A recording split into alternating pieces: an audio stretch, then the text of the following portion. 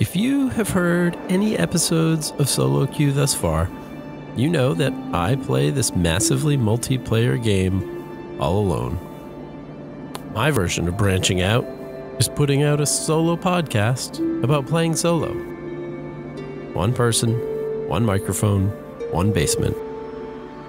Well, that changes today.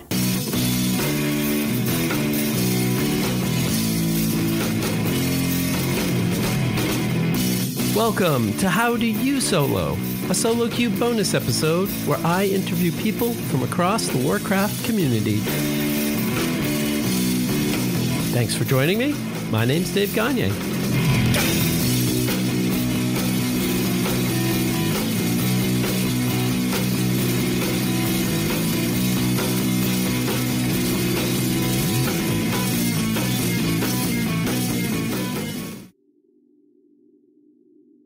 Welcome to episode 4 of Solo Queue, and if you are scurrying to the nearest calendar wondering if it is already the third week of February when our next episode should drop, fear not. It is still early February. Actually, as we record, it is the final hours of January. But welcome to the inaugural episode of the Solo Queue interview series that I am calling How Do You Solo? In these bonus episodes, I want to interview members of the WoW community to find out how they play the game, why they play, what they do in their solo WoW time, and just to have conversation about all the ways to wander around Azeroth. I have ideas for people to talk to. Some are big names in the WoW world, some are unknown individuals with their own stories to tell, but that is all in the future.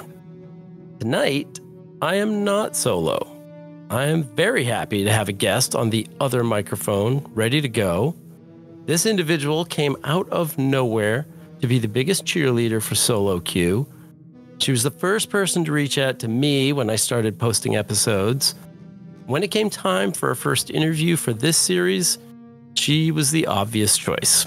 I am so glad to welcome our first ever guest to Solo Queue, 1/3 of the Thrall's Balls podcast, and a genuine awesome person. Hello, Gershom.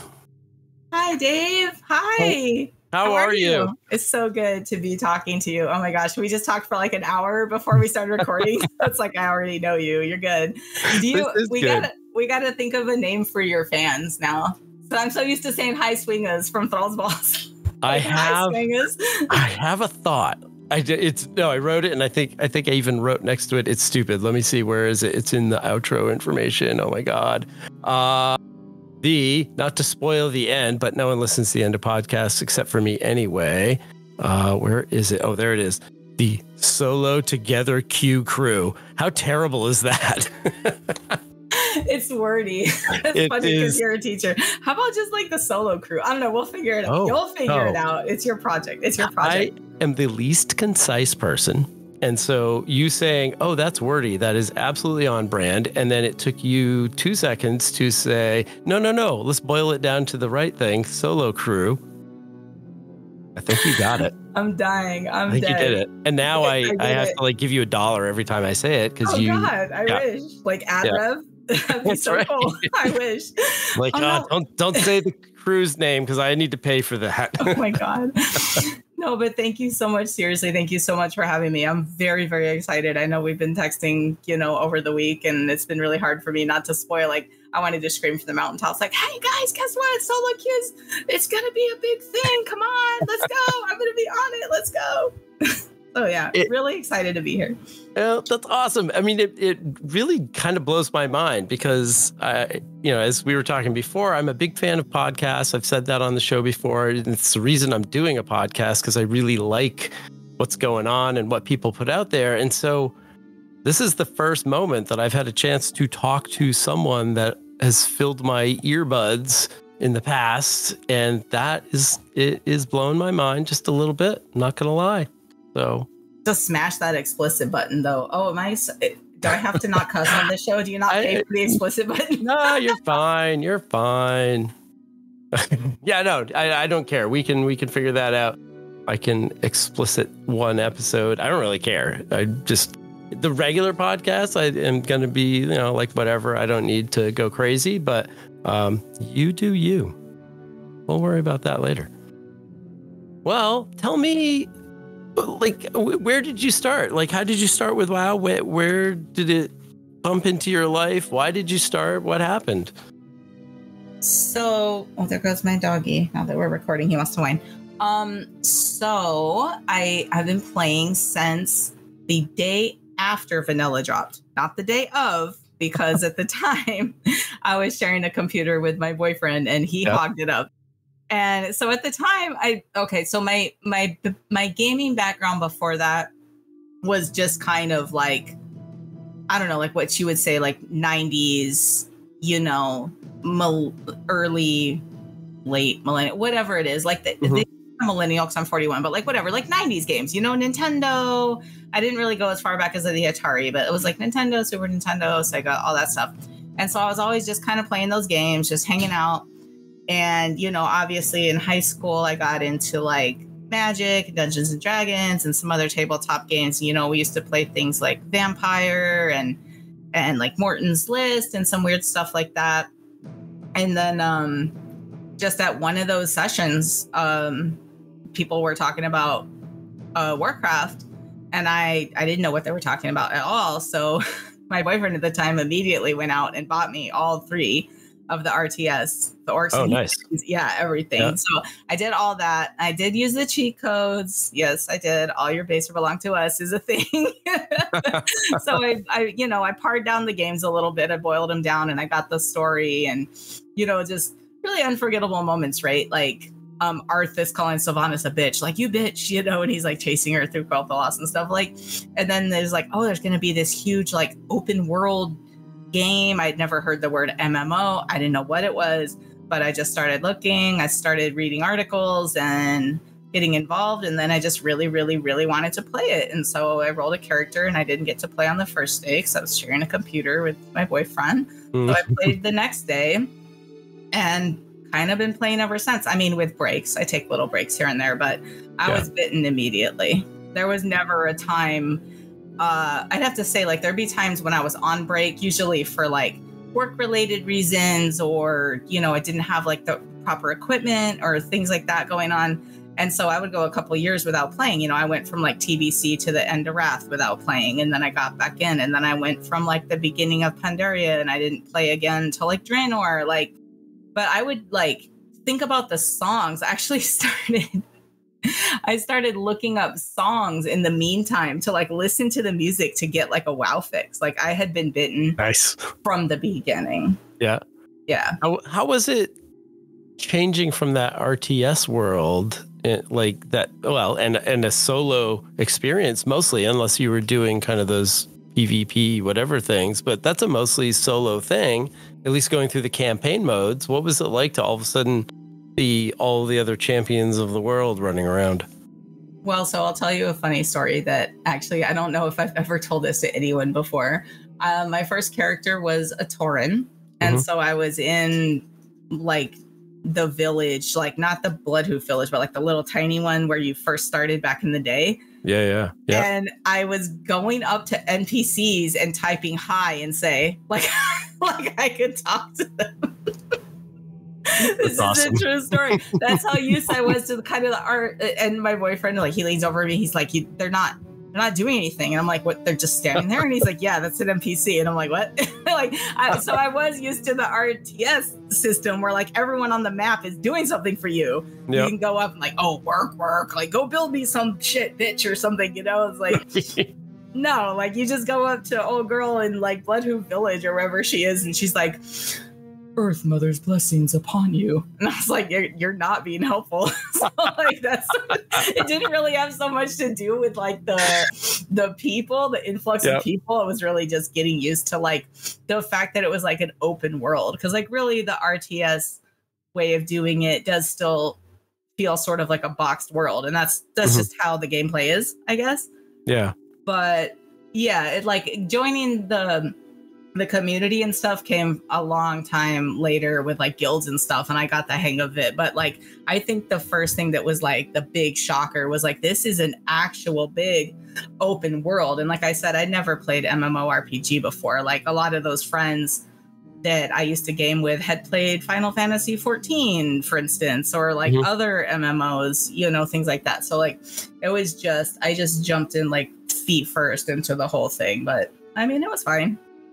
That's a good place to start. Thunder Bluff and Mulgore and all that. It was good. I used to like spend all night just killing like quill boars and then watching the sunrise in Thunder Bluff. It was amazing. It was a long time before I rolled a troll. It was several months. I had my Tauren for a long time. What class were you? She was a shaman. I don't remember back then if they had like the way they have it now, like elemental and stuff. I don't know what they had back then or what she was. I had a hell of a time though. I made it all the way over there. For some reason, I decided to go to like the Eastern Kingdoms and do the questing there. Like, I don't know where my head was at.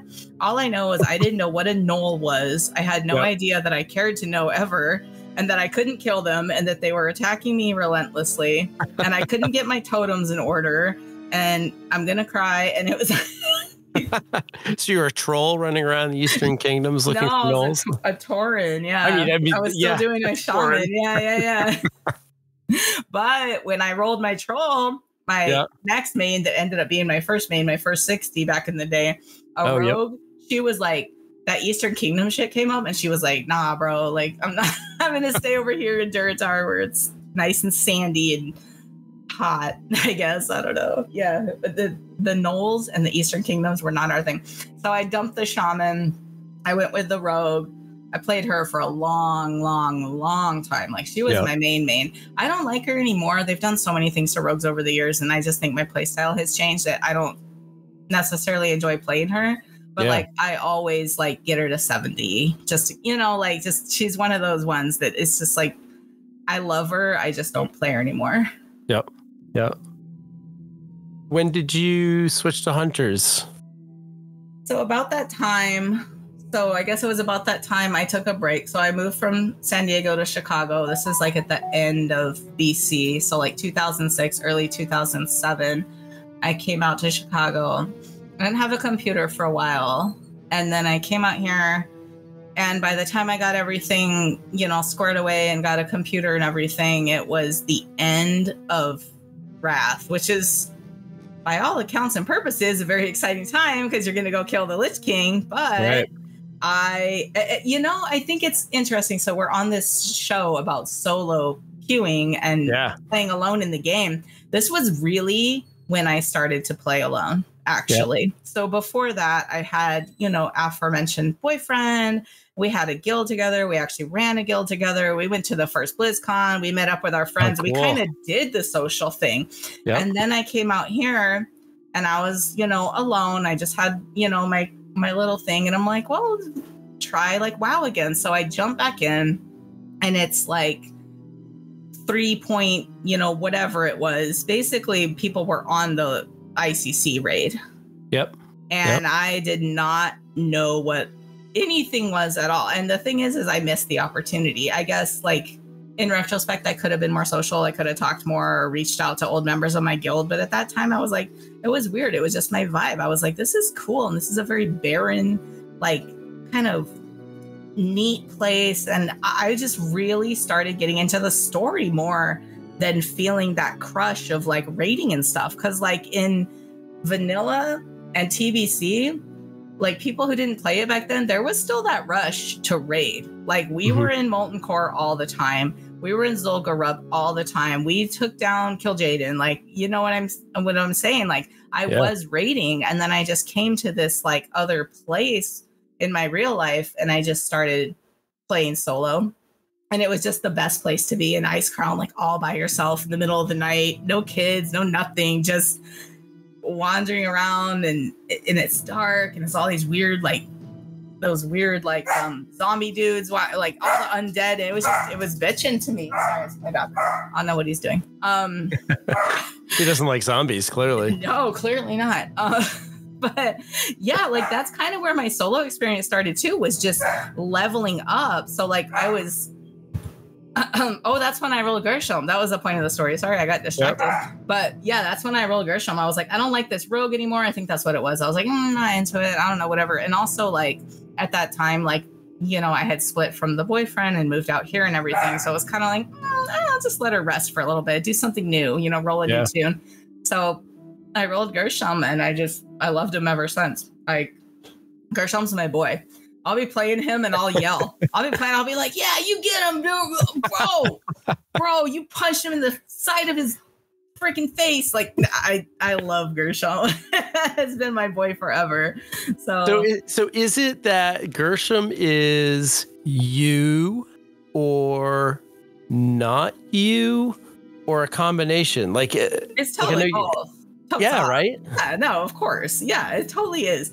Like, I've been debating for years about getting either a Horde tattoo, or like I looked up the Hunter logos from like Classic, and they're terrible. Like, I was like, no one's gonna recognize that. Yeah, but like Horde is pretty cool. I have like a Horde hoodie and stuff. But like, yeah, I think those senses of like self are sort of intertwining a little bit. I feel like if Gershom was real, like if you could go into a video game, like in that scary movie from the 80s where the guy goes into the video games, but you would see like Gershom would be identifying with me too. I feel like, if that's what you're asking, like, even though he's a make-believe character, he's something that I feel very much. And I think like also with social media, like my handle being that name took on a whole other level of like personification. Like, people do know my real name. It's Rachel. It's no big deal. But it's like a lot of people still just call me Gershom. They're like, yeah. And that sort of identification felt good too, I think. But yeah, we're definitely intertwined. So I wonder if it's funny. I've never really thought about this. Gershom in game, you in real life, and then online that the social media handle of Hunter Gershom, is that almost a third thing? Is that like the combination of the two things? Yeah, I think so. It felt like a bit of a wrap up. Like, I am this character. Like, I play this guy, and I post a lot of pictures of him. Like, this picture is lit. I'll never be like, here's me chilling with some red dragons, like, because that's not me. There is a big sense of disbelief. Like, don't believe me. I'm not like believing that Gershom is a real thing, but I don't know. Have you ever talked to anyone else who like felt like that about their names or like? No, because I don't talk to anybody else. You're the first person I've talked to ever, frankly. I joke, but it's kind of true. Like, I do have a couple friends who play, like, people I know, like, as actual human beings that I can like poke and talk to, but not many actually. But what you made me think of is this interesting. Like, when I started the podcast, I had this idea, this question of, am I going to use my real name, or am I going to come up with a name? Am I going to use the name of my main character? And I look out at the podcast community, and I think more people use character names or in-game names than use their real names. And I thought that was interesting. But I wonder, I wonder what their answer would be to that of, is your character name, is the name you use on your podcast or on your social media, is it you? Is it your character? Is it somewhere in between? And I think it's interesting that you kind of have all three of those things. Like, you are you, and then the characters are different with elements of you. And I wonder what other people think. And you may know some people in the community with, maybe not naming names, whatever, but you may have a sense of, do people just kind of inhabit that name as their character? I think I've seen it across the board. I've seen people who like don't, like they'll go by an online handle, but it's not any of their characters' names. I think people trying to like delineate a little bit and how they do it, between real life and online life. And then now we're incorporating social media into it. I think like figuring out how you do that is everyone's own like personal project. Yeah. But like, I can think of it across the board. I can think of like people where I would say their tag and know that it's one of their character names, and somehow it just stayed as like a name because that's how people got to know them. So it makes sense. But then also they'll drop their real name. So I guess at the end of the day, it just comes back down to like comfort. And like I said, like that delineation, right? Between like where you're willing to let the tide ebb and flow between like your characters and your real life. And me, it's kind of like an open gate. I'm just like, whatever. I'm like, whatever. Were you ever raiding or running with a guild as Gershom? So I've been on some raids. I did a little bit of the Fated stuff in Shadowlands. Yep. On Gershom. And then I actually raided a bit more in Shadowlands with a guild on Prodmore called Uno Mas. So DNR talks about them because they're in there. The Do Not Relent pod. They talk about that guild because that's their guild. They've been in for like billions of years. Yep. But they let me run like an alliance with them back before cross faction was a thing.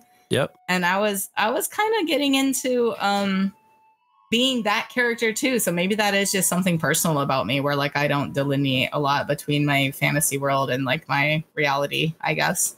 Yeah. A little bit. So that was Notokus. She was a warrior and she was Notokus. And for a while, the raid leader at the time. So have you ever heard that like "Hello Moto," that stupid like commercial? Yes. About the phones. Yeah. Oh yeah, yeah. You would jump on the voice and go, "Hello Noto," because it was like Notokus. And I just started laughing and laughing. And it's so funny because like I didn't do that. She made a joke about my name. And to this day, that feels even more like of a connection to that character. Like in their Discord channel, I'm still Hello Noto. Like I just kept it, and it did vibe with me. So I'm not sure. I'm not answering your question. I'm being very roundabout and weird, but. Well, I was wondering, the reason I asked is I wondered because, you know, when I had that question for myself of, okay, how am I going to jump into the podcast world? What name am I going to use? And I'm not saying I tried on names. That seems weird, but I couldn't quite imagine myself with any other names or with any of my character names, or like, it just felt like, no, that's not really me.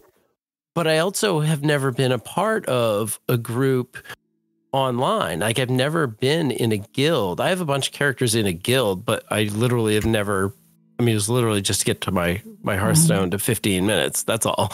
I don't know anybody. I didn't do any. You wanted the guild perks. Yeah. You know, and they didn't need me. It was, you know, very mutual relationship. But I'm not known as anything anywhere. So it felt odd. And it ended up being a really easy decision. I thought it would be harder because I felt like, well, it's podcasting world. A lot of people, not everybody, you know, there's a few people I really enjoy listening to who use their real names, but I feel like it's like 70, 80% of people have some sort of handle, and they don't give that away, at least not in the podcasts I've listened to. And I thought, oh man, I kind of feel like that's the way, but I couldn't do it. And in the end, I was like, no, I just kind of have to use my real name. And, you know, on a lot of the social medias, it's all branded for solo queue. So you might not know my name necessarily, but I'm not hiding it. But yeah, I just see it's interesting. What do we embody when we jump into the game? I know I have so many characters, and I don't want to say a relationship, but I like have an understanding of, well, this character kind of is like this. Like the stories are built up a little bit in my head, not in a specific way. And I know some people jump in and write stories and backstories and all this stuff. And as much as I like writing, it's another thing I like doing, but I'm not doing that probably because I have too many characters, frankly, and I'm slightly lazy. And I'm happy to leave those stories in my head. But when I do get into different characters, I definitely feel a little bit different. And they kind of, like you said, that's a little part of me in there, but they also have their own personality. And I'm kind of watching and enjoying that. I don't know. It's Dude, interesting. That's totally like gamer growth though. Like that's what's up. And like everyone does it by themselves, I guess. I think there's two more stories I could elucidate really quick, and then we could move on or whatever. But so when I mentioned that I moved here to Chicago from San Diego, and that's when I rolled Gershom. Yep. Gershom is a Hebrew word that basically translates to stranger in a strange land. Oh. So when I rolled Gershom, I really thought about that name. And I don't know if that has something to do with it. I didn't randomize it. Yep. Her name wasn't, his name wasn't Cutie Butt Cheeks or Big Troll Dong or like any of that. Like, it would have been cool. But like, for some reason, I was just sitting there on my computer. Like, I really want to embody what I'm feeling right now in this character. And so I guess everyone does that separately. And then the other story is that one time on Thrall's Balls, Wooly did challenge us to write our character's backstory, and I had never written one before, and I sort of did. And I wrote this short little backstory about, leaving the Echo Isles and heading to Orgrimmar and whatever. And I was like, okay, so my story just sort of, I guess ever since we wrote those stories, and like shout out to Wooly for like the creative challenge, right? But I felt even more so like that name that I had picked. I was like, okay, now this is his story. So writing that backstory was helpful. I think like if anyone's never tried it before, it'd be fun to just get stoned and sit down and like think about where your character actually came from. Like, where did they come from, right? I feel like that's the thing that you don't like. Cutie Butt Side, that's a great name. Sorry to interrupt. Well, Big Troll Dong. I'm not sure I want to write his backstory, but I feel like doing that is the sort of thing where you're like, oh, I'm not doing that. That's not cool. And you're kind of looking around like, all right, well, maybe no one's watching, so maybe I'll write a little thing. And you're right. That's such a connection, and I love the Gershom angle, like coming up with that name. And actually one of my questions was, how do you come to name your characters? And that's I totally get that, because so many of the characters that I name, I dive into, frankly, I hop into Google Translate and I'm like, okay, I've got an idea, I've got a word, I've got a couple words. That's awesome. And in what languages that I kind of like, and I just plow through words and look for things that are interesting and kind of meaningful. And so, sometimes it means nothing to start, and I think the meaning grows as you play the character. But I love that story that that had meaning to you, and putting that in has that instant connection. I think that's a great way to start a relationship, right? Well, thank you. And for the record, like I've always been sort of like a one main kind of girl. Like I'll play additional hunters for like, okay. Anyways, if Twitter is a place to have Discord, Twitter is not where you can have conversation. You already said that. You just got to put it right out there and see if people like it or not. Yeah. Fuck it. Let's go. No, seriously.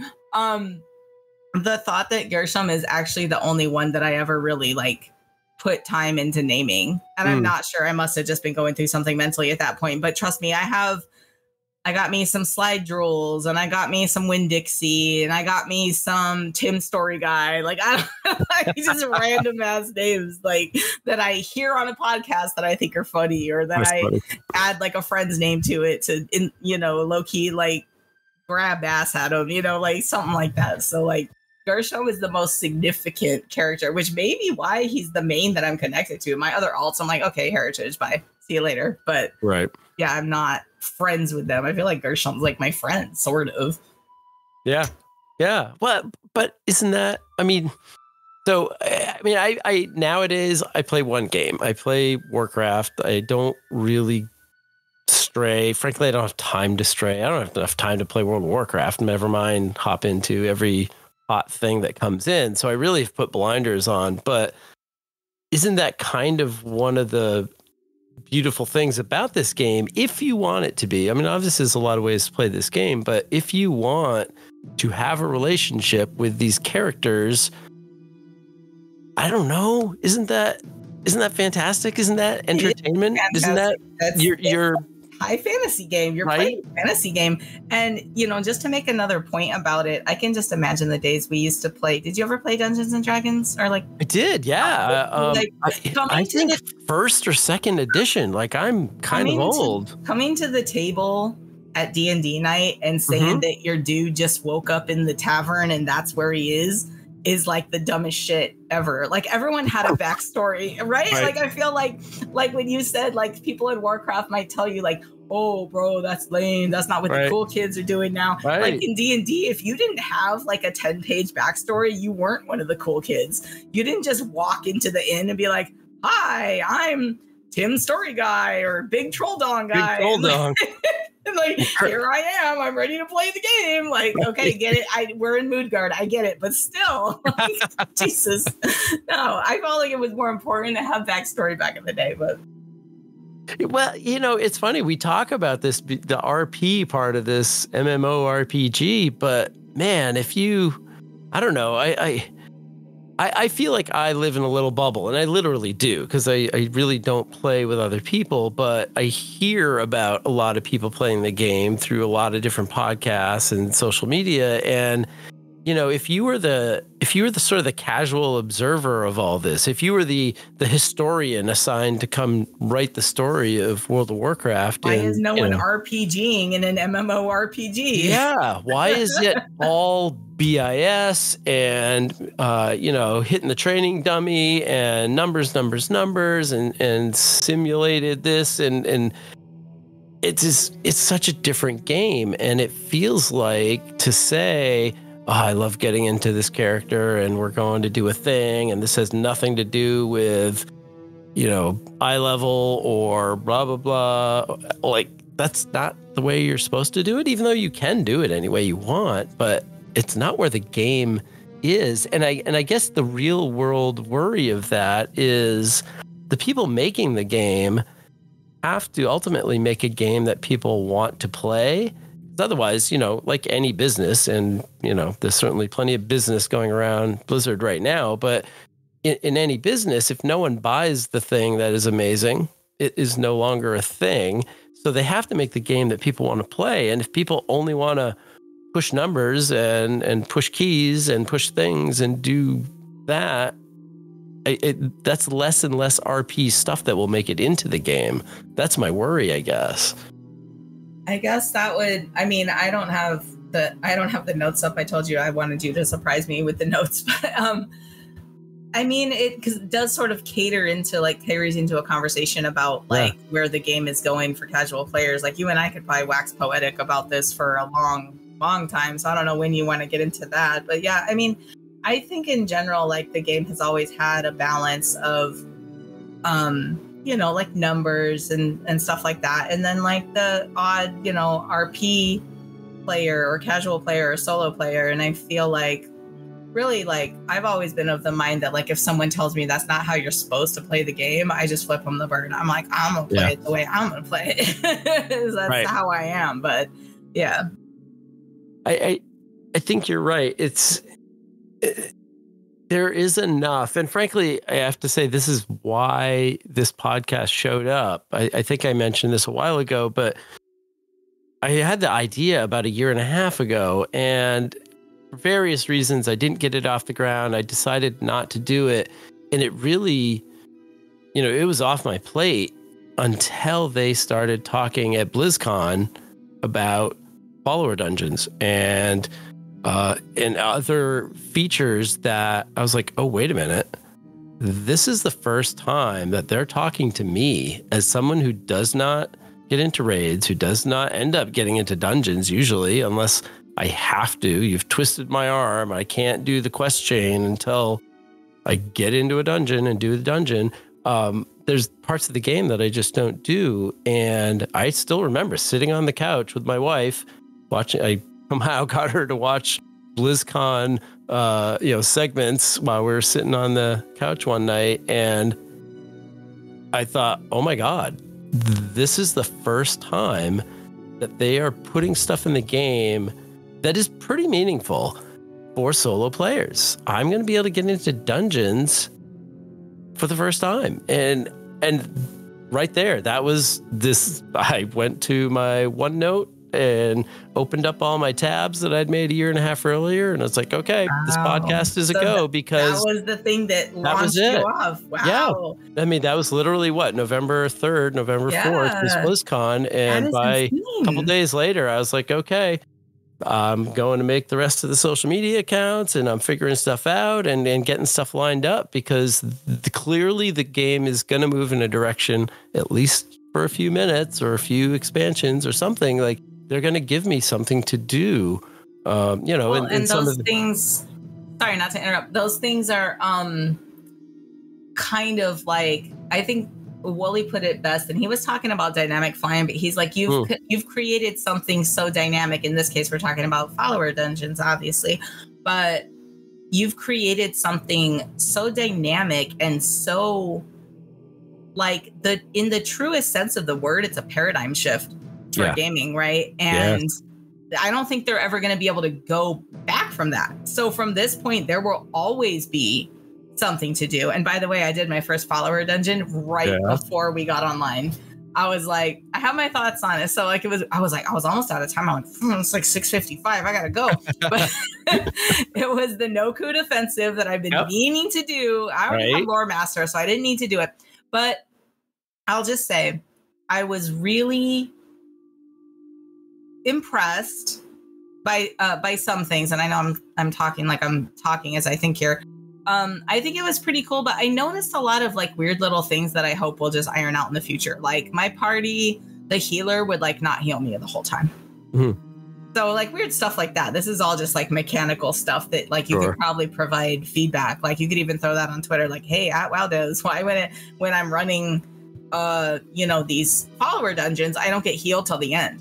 So basically every boss fight, I was like almost dying. And then the old girl would run in and like, boom, and like, heal me up. And I'm like, but that needs to be going on like during the fight. So like ups and downs about it, but overall it was cool to finish up the dungeon and see it. It was huge to the story, and I got some quests and I got some stuff. So overall I do definitely approve of the system. I think it's gonna have some kinks, but I mean, what system doesn't? So I think it at least have to add in some AI chat that says, sorry, I was watching Netflix. Yeah, I can heal you now. Something, like something. Well, like I did catch that thing so like they weren't like saying anything. I'm like, what are you doing? You guys were just standing around. We're just standing around.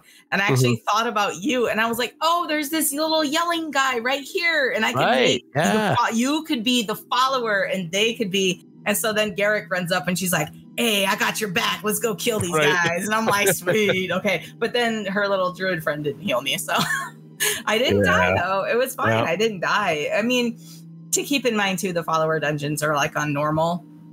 So it was, I think overall good system. Easy to follow. Fine. Didn't die. Got kinks, whatever. I feel like it's a no loss situation, and I've heard other people say like, hey, it's only normal, blah, blah, blah. What's the point? Or it's not my thing. And I think that's fine. It doesn't need to be everybody's thing. If you are opening up your great vault every week because you've done 85 whatevers and you've pushed 50 keys and you've done, you don't need, there's nothing for you here. It doesn't matter. But it also doesn't take away from your game. So please let me have this. And please, at some point, I really hope, and I will say it every episode, and clearly this is the point where I say it in this episode, it needs to go somehow to raids as well, because I want to see that story. I want to see, and I'm hoping, and I think this could be true, that, okay, let's put follower dungeons into the middle of this expansion, test them out, work out those kinks, like you said. I've had good experiences, but I've only done a couple, and I've seen some things like you're saying, like, oh yeah, this was weird, or that was weird. Yeah, I hope they can work those kinks out and then say, hey, with 11.0 or, maybe 11.1, here are 10-person follower raids. And now if you're a solo, you can get in and you can see that story. That's all I want. I don't need the Great Vault. I don't need level 550 gear from patch 11.0. I just want to know the story without going to YouTube or going to somewhere else. I'm totally behind you on that. I'm totally already like retweeting and plugging that shit because I think it's a great idea. Yeah. And like kinks aside, I mean, like 9 out of 10. I'd go do another one right now. It wasn't like an awful experience. It was just some kind of things to look for, like, oh, old girl's not healing me, so I better keep exhilaration up. Or like, and then that's the nice thing too, is like, if you've got a cooldown, you can wait. I love that. I got up and made a drink, and no one told me to like get good or stop being a drunk or like, no one had shit to say to me. Like, why you got to make a drink during the fucking 10-minute dungeon for? Well, I know. I wanted to. So, I'm an adult. I'm playing the game. Don't talk to me about my life. Right. You come over here and heal me, which she did not do. Maybe that's why she was mad but no, seriously, like if you want to wait on a cooldown, you can take those, for lack of a better word, I'm using like the air quotes here, but like baby steps, if you want to, and see the story at your own pace. I thought it was fantastic. I'm all about the system. I don't think it's anything that they're ever going to go back from. And I really hope, and I will totally plug and tag and freak out for 10-man follower raids. That's been a thing. Because I pay way too much gold for a carry because I can't get into LFG, or I'll get into LFG and I'll mess something up and I just get discouraged. I don't want to do it. Like, I'm kind of maybe in the same boat as you, where like I don't like that constant rejection. Like if I hit 2-3 LFRs and I'm sucking on the same fight, I'll just be like, well, I guess I'll do it in a couple expansions when I can solo it. So like that mechanic is going away. That's gonna be pretty cool. Unless you want to do heroics and get like mounts and things that only drop in like heroics, you'll still have to go back and farm things. But if you just want to see the story, the 10-man normal should be fine. And the gear won't be good. We talked about this on Thrall as well. The gear won't be good. You're not a mythic raider. You're not heroic raiding. You shouldn't get the same level gear. You might even get something that you don't need or want, but you're still gonna see it. And I don't think that people who are crunching the numbers and just raiding week after week after week understand, oh, we get tired of the raid. We got burnout. We got Sylvanas burnout. We got this, we got that. And it's like, I never saw it. I didn't get to go see Sylvanas get taken. I never saw it because I couldn't do the raid. Yep. Poor you. I'm sorry. That's hard for you. Yeah. No, I feel the same way. Yeah. Like, I just want to see it once. I don't want to watch somebody's playthrough video that does not interest me at all. I wish it did. I wish I cared that much to go watch somebody else play. I don't have time for that. But just to get in there and okay, I know what's going on. And like you said, every expansion for me is part, okay, here's some new stuff, great. And then I do the new stuff and it's awesome. And then I think, okay, so what's the expansion I can now solo 2 expansions ago? Got to start adding that to my list because I didn't see BFA raids. I didn't see Shadowlands raids. I went through a few in there, like pity carries, essentially. Like Sylvanas was like, I got pity carried like 3 weeks in a row by Uno Mas, and then I was like, I just took my leave. I did for my own head. I was like, oh, I really suck at this fight. I can't get across the ice bridge. I'm out of here, guys. You guys are my friends, but thank you. I'm holding you up. But I never did see the end of the Sylvanas fight, never. And I would love that. Without having to wait till like 2025 to go do it, And I feel like, and I'm a history teacher, not a video game developer or a coder or anything technical whatsoever. But I feel like once you've sort of ironed out some of the AI stuff, it's not a huge ask to move that technology into raids. That's, I get that there's going to be some logistics to figure out and certainly some, it's not that it's not a project, but, people always say, oh, well, if you want this feature, then Blizzard's going to drop a raid tier or you're not going to get this amount of content. I don't think this is as big a project as, oh, yeah, now we can't have an 11.2. We had to give it up so we could go make solo raids for those 3 losers. Like, I don't think that's it. I think we're gonna get I agree. this. I think that it's kind of in the bag, right? Like, I guess to sum it up, Not that I'm not in the business of predicting what the hell Blizzard's gonna do, but sadly, but I think and I hope. I think not that they've ever said or even I don't think they've even hinted, but I gotta feel like they did this for a reason, and I'm hoping that we can expect to see that someday. Yeah, here's hoping. The other thing, and I think this doesn't apply to me because I don't really have much interest in finding a group and moving up to heroic and maybe some mythic here and there. That's not my thing, but I've certainly seen online, I think more in some of the Facebook groups that I see, people who are actually interested in moving up and getting into groups, but don't want to suck when they start, because sucking in this game is brutal and people are brutal, and that's like a whole nother topic. Death. You could always use them to practice if you wanted to. Yeah. And so then you could basically prog by yourself on a follower raid until I'm going to learn how to heal. I'm going to learn how to tank. I'm going to learn how to DPS and get into these fights and see them once on, easy mode. And okay, I've seen it. Now, I can get into a heroic raid or an LFR or something, and I've got a little experience.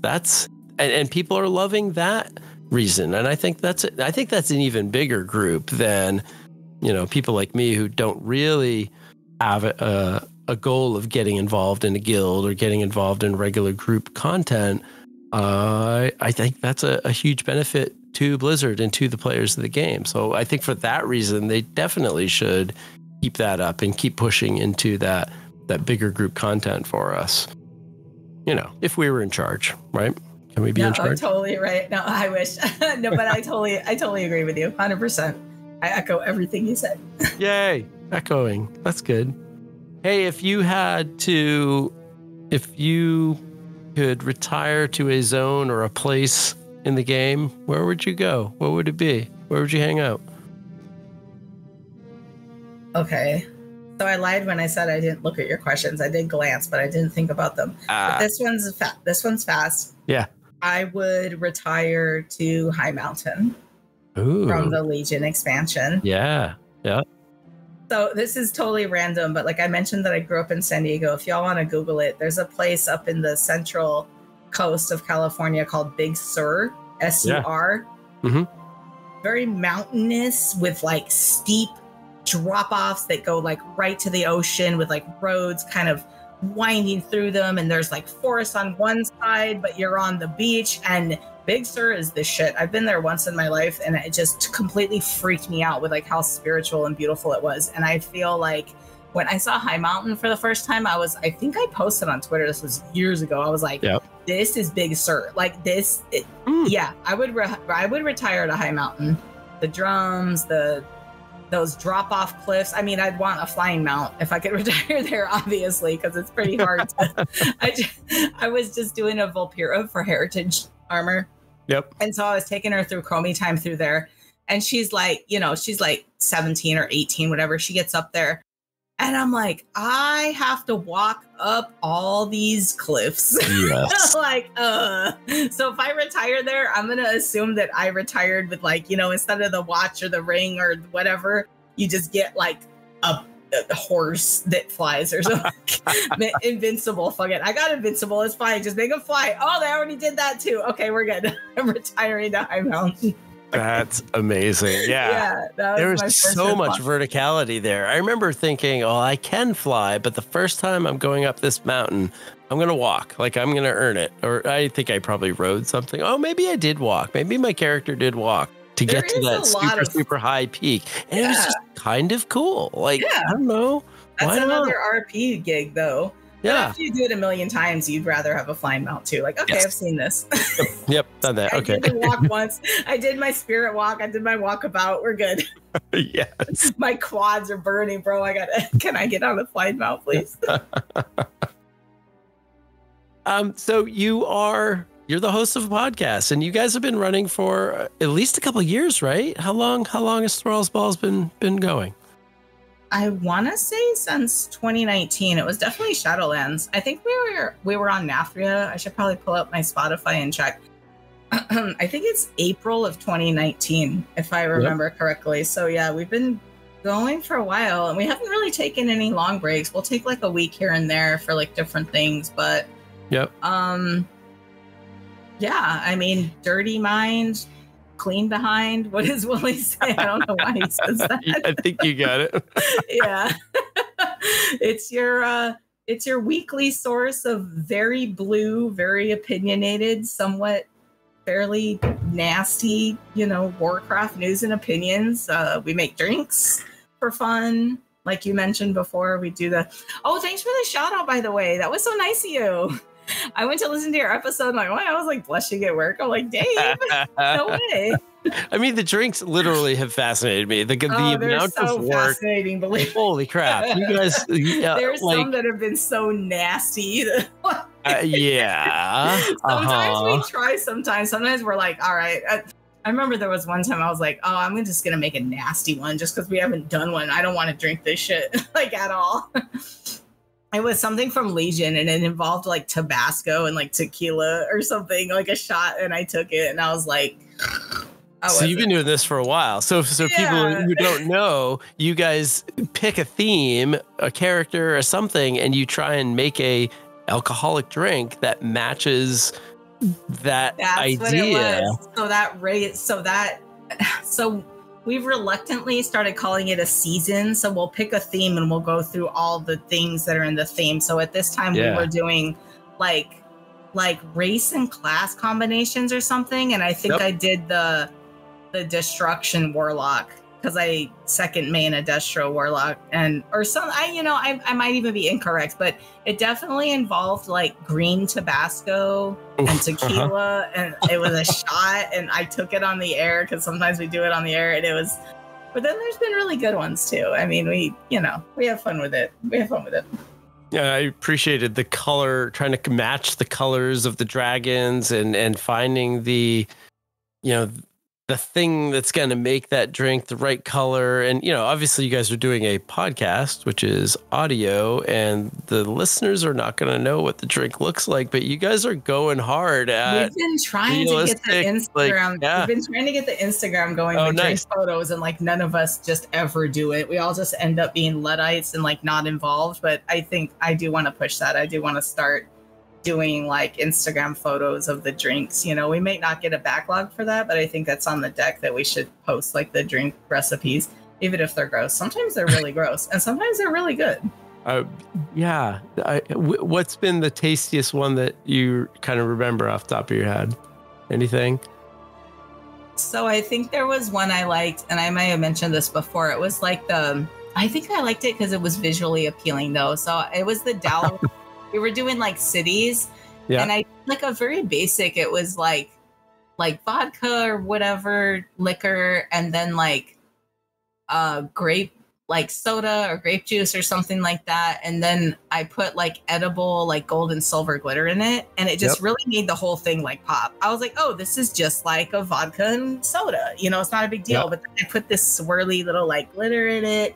And I was like, oh, it's New Dalaran. And all of a sudden the music's popping up in my head like, oh, like, oh, cool. It's got glitter. It just like, I don't know. So like weird moments like that are fun too. It's not even how the drink tasted. I think it was pretty good, but it was the fun of like creating it and really trying, like sometimes when I'm creating it, I'll go through possible ingredients and be like, that's not going to fly with them though. They're not going to like that. They're not.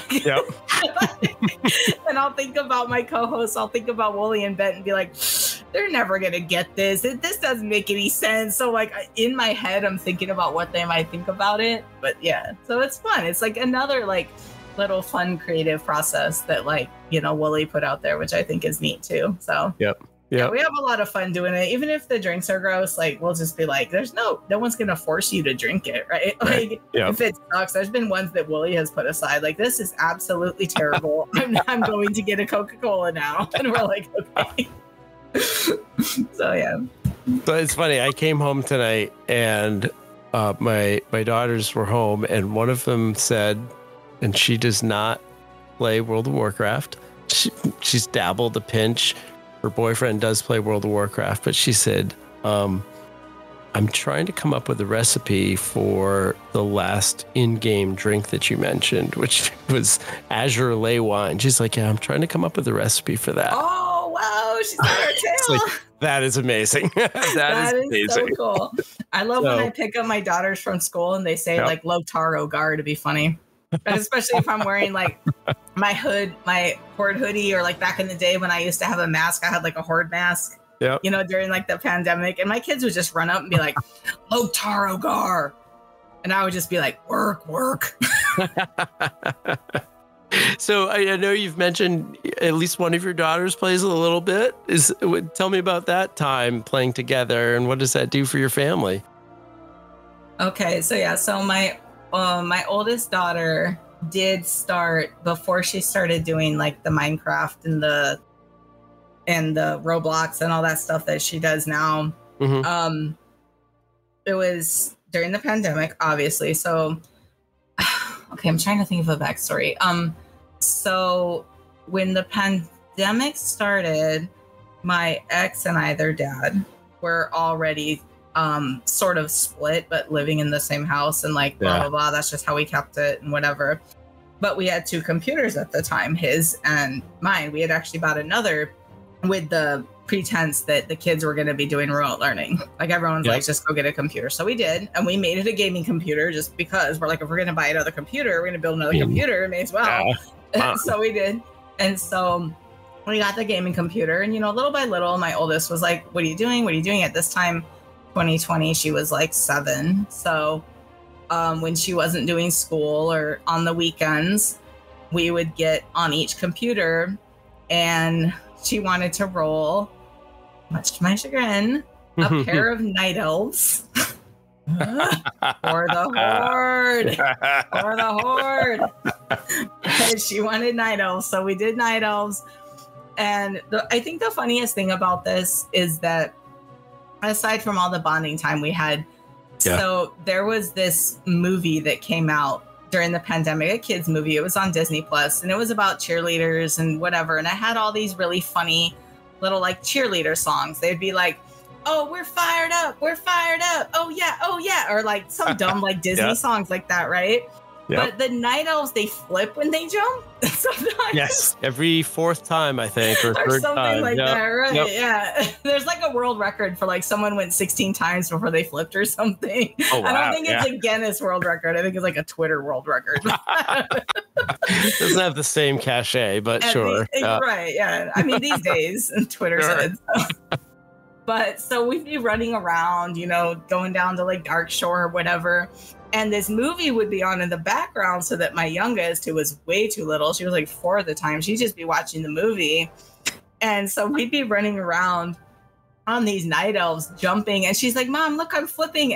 And the song would be on. So it'd be like, we're fired up. We're fired up. And this cheerleader music was going on. And she was flipping all over the place. And she just got hooked. She got hooked. Yep. And so I still have those characters. We haven't played them for a long time because in the interim, their dad moved out, took the computer. And I told her, I said, for your birthday, I'll get you a gaming computer if that's what you want instead of a party. And she told me she wanted party instead. Well, I was like, priorities. Yeah, parties are cool. So we don't play those elves anymore. And she doesn't really play WoW so much. Sometimes she sees me doing it. She likes to do it. And she'll get on and just do like familiar activities. Which is funny because as solo players, I feel like you and I could connect with that. Like she wants to do the scenario at the beginning of BFA like 10 times. Oh, yeah. And she'll like it. She knows the story better than I do. Actually, she told me one time, and I have told this story before. She goes, Mom, she goes, can you do like the BFA intro? And I was like, well, I suppose anyone can, right? I mean, you can do it. Well, listen. By heart. By heart, you can do it. You've done it 10 times a day. I'm sure I could do just fine. So I walk in there and I do all right. I get out of the prison, whatever. I come out in the courtyard and Gen just kills me, just breaks his claws across my. I'm like, how do you get past Gen? But she had to show me. She's like, Mom, you go over here and outside the circle and thing, and then he doesn't see you. I'm like, fuck me. And she looks at me and she goes, Mom, am I better at WoW than you? And I said, right this second, yeah, you are. Yeah, you are. Catch me on a heroic Farak. We'll see. But I don't know. Right now, you are definitely better than I am. That's hilarious. But yeah, I guess that's just the joint. And just like she knows the culture because I'm so involved with it. So like, even though she doesn't play it a lot, she will say it. Oh, she got a Sylvanas shirt for Christmas. I mentioned that whole Sylvanas no cap nasty words that she said in my own bedroom. Yeah. Gross. Anyways, I got her Sylvanas shirt though. So, you know, it's definitely part of like our family culture, like our tribe, you know, it's Warcraft's like a big part of it. So, yeah. Well, and I think, you know, in families you can make family 1,000 different ways, but having those touch points is just super nice. And that's a great connection. that won't go away, even if they don't play. And, you know, I mean, as we talked about before the show, this is kind of an old people game. Maybe it's not Fortnite. It's not what the kids are playing necessarily, but you know, those formative moments when your kids are young are just pretty special. That won't go away. That's true. We actually did have an interesting moment when she was learning to play the game back then. I posted that I was like so proud of my daughter for the horde, blah, blah, blah. And like I posted a picture of her like playing like a horde character or something. And this troll actually got on my own photo thread and was telling my daughter like, or telling me like, you need to teach her how to have her hotkeys set better and why is she holding her hands that way? And I'm like, what? Like, I didn't respond to this person, but like my daughter got a little hurt. She was like, she got the vibe. She was only 7, but she was like, is this person like telling me I'm doing it wrong? And I was like, baby, you are not doing it wrong. You go and do however you want to do. You guys do not want to know how I used to do this game. I didn't know what WASD was. I actually used to reach my left hand across and use arrows. Oh my goodness. Yeah, when I first started, y'all want to talk about like my problems getting started in the game? Yeah, I was like, all my wrists were all tangled up, bro. It was ridiculous. But so many people on that little Twitter community jumped in and they're like, can you see this as a child? Like, you know, GTFO, like, you know, get out of here. Like, yeah. So the guy got dispatched fairly summarily, but it was just so odd that someone would even make fun of a kid. But to this day, that's one of our funniest stories because I'm like, you learned it. And she goes down, she's like, oh, can I play WoW now? And she sits down and she just hits the and she goes. And I'm like, well, you learned, didn't you? Go for it, girl. I guess that's the sort of thing that just continues to baffle me is the people who just want to be mean, like just trolls, bro. Why are you so bad? Why are you taking the time to put bad into the world and criticize other? Like, what does it matter to you? What does it matter? What does it change your life? What do you get out of correcting or fixing or yelling? I hope that dude is losing sleep, like thinking about how to play the game better. Sorry. Right. Yeah. But yeah, I mean, yeah, like, bro, like, did anybody really give a shit? No. Like, I don't know. The whole social media thing, that's like a whole other subject. But that's kind of my general consensus on it. Is like, do you really want to be a hater like that? Is that what you want to spend your time doing? Yeah. I mean, I think of the people who are, you know, have been mean in like in a dungeon or something because I was screwing stuff up. Like, okay, in some way, I get it. I have hindered your progress in some way. I've screwed something up for you. You know, maybe I wouldn't use those words. You're kind of a dick, but there's absolutely no reason for that person to tell you that like your mom should have never had you or something. Like, what the fuck are you talking about? Like, why? Yeah. Go sit down. And on social media, those people aren't keeping you from getting the dungeon done. So really, what are you yelling about? Like, come on. I know the world is the world. I can't change that, but yeah. I know, I get it. But you know what? Like, Abby was such a strong, like, her and I. So, like, to bring it back to your original question of, like, how has that formed, like, bonds in our family or things like that? Like, not only playing the game together was fun and the cheerleading songs was fun and her teaching me how to get around Gen was fun. But really, like, that moment was very crystallizing for me. I was like, this girl is at least going to understand how to ask the questions, why there's conflict. Like, it was kind of like a microcosm of like how to teach her how to like ignore jerkwads online, right? Like, as young as she was, it was a pandemic though, so like a lot of kids just got thrown into like social media and internet during the pandemic, you know? And just for her to get that one little lesson and for her to feel like she trusted me to come and say, hey, what's going on here? I need help with this lesson. So I guess that was like a big family bond, like a big trust building exercise that I didn't even know was going to happen. Yeah. You know? Isn't that the kind of the amazing thing about parenting is, it's you all don't so much know. more organic than you realize. What you think you have all these plans and everything just sort of happens organically. And then that moment arrives and you're like, oh yeah, that's something there that you have to, I can't tell you when bad people come, you should do this. You almost have to live it. So I guess, thank you, guy who totally ripped into a child on the internet. Thank you for that teachable parenting moment. I swear. Whatever. He's probably lonely somewhere. I don't know. I hope so. All right. It's time for a lightning round. I'm just going to say stuff. You're going to say yes or no, or I hate that, and I can't find my notes for it, so I'm going to make it all up. First thing, tell me what you think about lore. Mid yes. High yes. Mid yes, high yes. All right. Can't remember all of it. Love it, though. Listen to all the lore stuff. Want to follow it. Don't skip quests. I do read the quest text. If anyone's asking, I do read the quest text.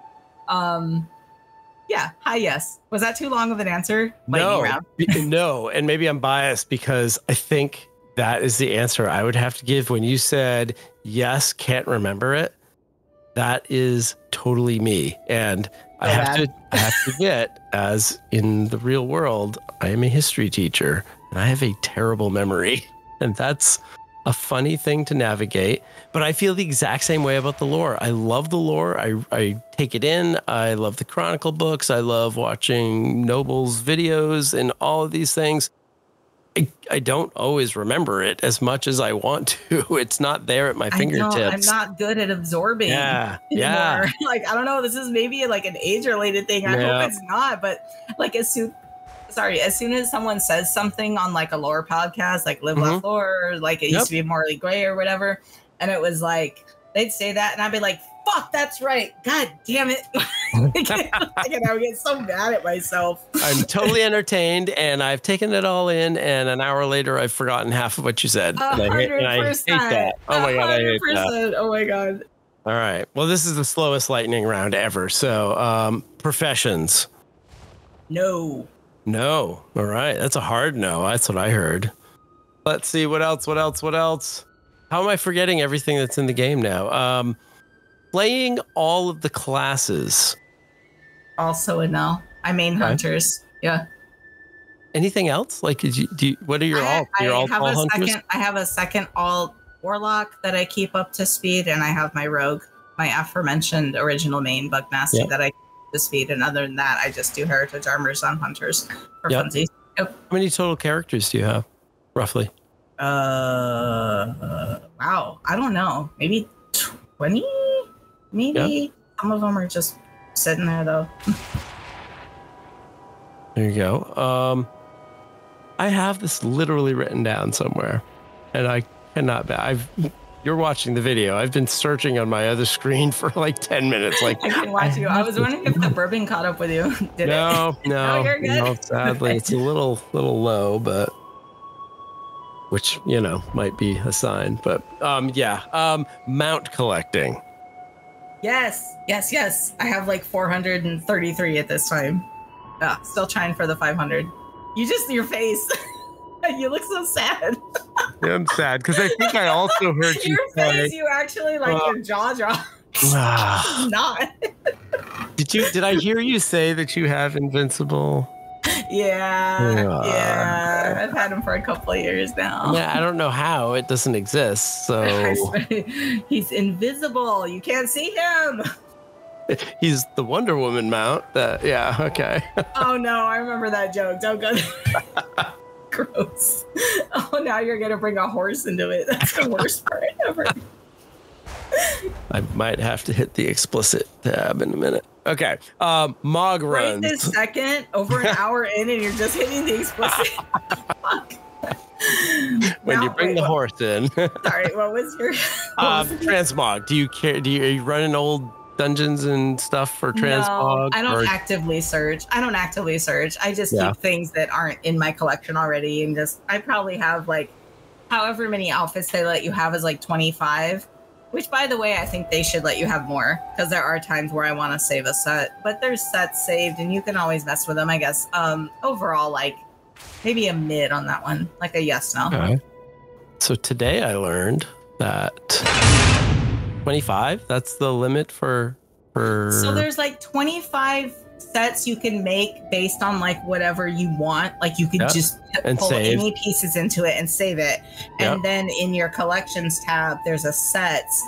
So like if you just like a set with no alteration to it for whatever, you don't have it in your outfits tab. If that makes any sense. Yeah, that's funny. So like if you like the whole set, if you've been farming a set, like, oh, I love that one from like Mythic to Sargeras or whatever, and you get the whole set, it'll sit in a sets tab in your collections. You don't have to make it one of your own outfits that you like. But if you want to make your own personal outfit, then you gotta make it an outfit. Make changes. Yeah. Got it. So it's funny. I have a couple things saved for a whole bunch of characters, but I've never pushed that limit of a lot. So that's interesting. I didn't know that. That's good to know. I was going through mine the other day and I saw that like some of them were repeats too. There's a lot of cleanup I need to do. Like all jokes aside, the pace of the game is very great. Even for casual play right now, I think like you might agree, like the way that they're throwing things at us and the way there are things to do. But I'm almost sort of starting to get like an end of expansion anxiety. Like I need to start cleaning out my banks, making sure my outfits are good, because this shit's going really fast. Everyone's like, oh, June is going to be pre-patch. Like it's already February, like tomorrow. So yeah. I think this might be the first time I've been feeling this. Like, wow, I'm not just sitting around doing like mount runs or mog runs for no reason. Like there's plenty to do. So I don't know. I'm going to get on that, cleaning out my closet.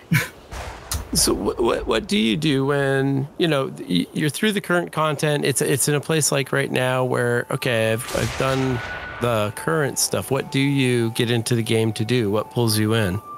Heritage armors, mounts, cleaning up, like story, not so much. Yeah, mostly the mount runs.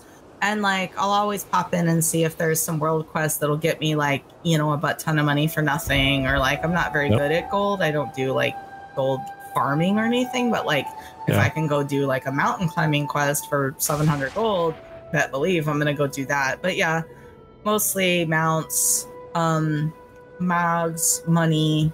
I think that's about it. Mounts, mugs, and money. Sounds like that sounded really weird good. Weird song from the 80s. Yeah. Right. What mount are you farming right now? What's escaping you? So annoying because I can go do this every day and I don't do it every day. I go once every 2 weeks when I have time and I'm like, when did I get it? I really want the raptor, the Razashi raptor from the guy in Zul'Gurub. But I finally got the Panther Priestess's mount like a month ago. And I was like, cool, now I don't have to go running all the way through the whole temple to go kill her too. I can just hearth out of here, just walk in and smack dude and leave. Like he will just not. And I was farming her. I mean, I've been doing that for years. But like I said, since Kata, you can do those every day. So obviously the drop rate's going to be low. If I go once every 2 weeks, it's not going to drop. I really need to get ideally someplace where I could do it like every day on multiple characters.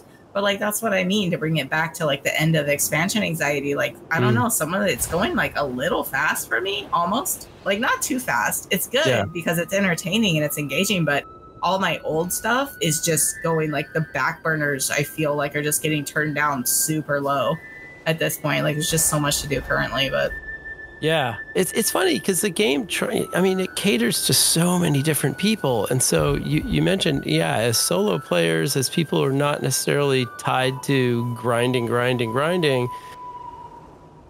when there's downtime, if you have other interests, there's so much to explore in the game. But if you're solely focused on, I get in, I get leveled, I get my gear, I do dungeons until I can raid, then I raid, and then I get bored, and then I leave. And I unsub and I come back and this game sucks. And like, that's a rhythm that people put themselves into. And that's great if you don't complain about it. And it's great if you like, nope, I go play Final Fantasy 14 or I go do a thing or, whatever. But I don't do that, but I have so many interests that you're right. The downtime is kind of nice because I can go, yeah, I haven't gone and run Icecrown Citadel for a while because some of us don't have Invincible. So sorry. Yeah. Maybe you'll come with I'm me. Very dear you.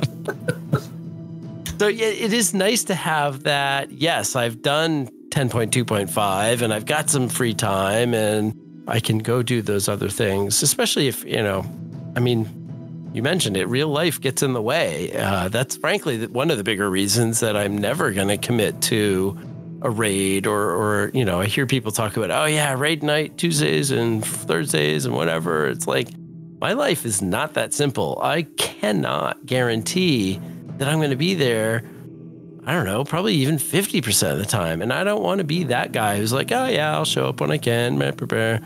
That's clearly not what people are interested in because they're like, oh, raid night, everybody's going to do a thing. And I can't guarantee that. Therefore, I don't want to let anyone down. Therefore, I'm not even going to bother trying to get into all of that. So yeah, I don't know. What do you think? I think I appreciate my friends' energy when they're going hard on like raid night and stuff, but like I'm 100% across the board with you on this. I'm the same way. Like honestly, part of the big problem was just for me is like a lack of freedom. Like I just 3 hours, 2 nights a week, like that's a lot. And when I started doing that math, I was like, I mean, I just got a handwritten note from my daughter who said, Mom, it's been 2 hours. Are you almost done? So I'm going to post a picture. I'm going to tag you on Twitter and post this picture. Awesome. It's literally, she drew a clock on it and everything. It makes me happy. There's a clock. I like that it's not digital. That's amazing. Good. But if I was trying to get her to go to bed at 9 o'clock, she'd be up, till the sun came up. Like, you must be kidding me. Like, you have no desire to go do anything relaxing at all. You just want to bother me. Love it. Well, it has been fantastic talking to you. It's been great. I mean, I so appreciate all the support you threw out for Solo Q on your show and pumping it up on Twitter. It's been hugely helpful. And, as you know, getting one of these things off the ground is just a little weird. You're sitting here and putting things out and hopefully people listen. And yeah, so thank you for all the help and momentum you've added for my little podcast. I appreciate it. Oh, it's my pleasure. And it was so nice for you to have me. I remember just feeling like, and I'm not even going to lie, Wooly does all the work on our podcast. He wants to. He's one of those guys like you, like he likes editing.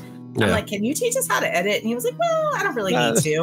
And I was like, okay, like you'd rather do it yourself. I get it.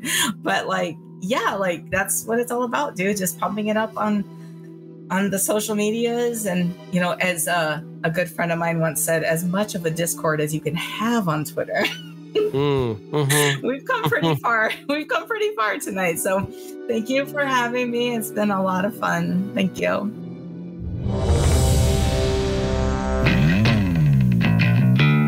Well, it looks like our time in the solo queue is up for this month. I think Gershom is going to go watch me run Icecrown Citadel and laugh at me as I do not, again, get invincible. Just a reminder, all the sound and the music in this show is the work of the amazing people at Blizzard. Don't play muted. Come on, listen to that music. The intro and outro music are by my real friends in the doom metal band Ogre. I think you should go search YouTube for Ogre Age of Ice, the very first song they ever put out. I think it's very appropriate for our Northrend, our Northrend setting here tonight. I want to thank everyone who made this episode possible. My lovely and supportive wife who is upstairs waiting for me to stop doing this. The good folks at Podbean who are hosting Solo Q. If you want to support the show, even in a small way, you can find it on Patreon at Solo Q Wow. Thank you to my current patrons, Andrew and Righteous Bandy. Their contributions made this bonus episode possible. And I'm looking to do more in the future, so join the solo crew. There you go, Gershom. That's the first time I have to pay you for that name. I like it. Subscribe to the podcast at your podcast feed of choice. Apple, Spotify, all the other places. There are so many places. And if you can leave a review, 5-star review, or even, write a little something, that'll help. You can do that for Thrall's Balls Pod. That would help too. Just saying. Gershom, where can people find you on the internet if they want to track down you and what you do? Well, you can find me on Das Twitters at Hunter Gershom. That's the word Hunter, Gershom. You can find Thrall's Balls Pod in all the places. That's basically Thrall's Balls Pod at gmail.com. On the socials, that's all of it. I'm on Blue Sky. I don't check it a lot. I'm on Instagram. I don't check it a lot. Mostly hit me on the Twitters and the Discord. If you're feeling frisky, you want to jump into a solo queue Discord or Thrall's Balls Discord, I'm over there at all times. Thanks so much for having me, Dave. You're the bomb, dude. This has been so much fun. Thank you. Well, you can contact me at SoloQWow, SoloQueueWoW. Also, Wooly, well done. I heard you on the other day spelling out SoloQWow, well done. At Gmail, all the socials, and yeah, Blue Sky, is that a thing? But also, on the suggestion of one Christy Golden, I think I'm trying co-host. I've never heard of it before. I'm on there as SoloQWow. Lord knows, no idea. Well, good luck with whatever you are up to. I don't even know what I'm going to get up to in the game. I guess I want to try the Gilnean Reclamation as Horde. That may be the next thing I jump in and do. And we can talk about it in a couple of weeks when the next regular episode of Solo Q comes out there. We will see you out there. Okay. Why is Craig? Is he a cat? Is he a chipmunk? Can you see him? He's there, right?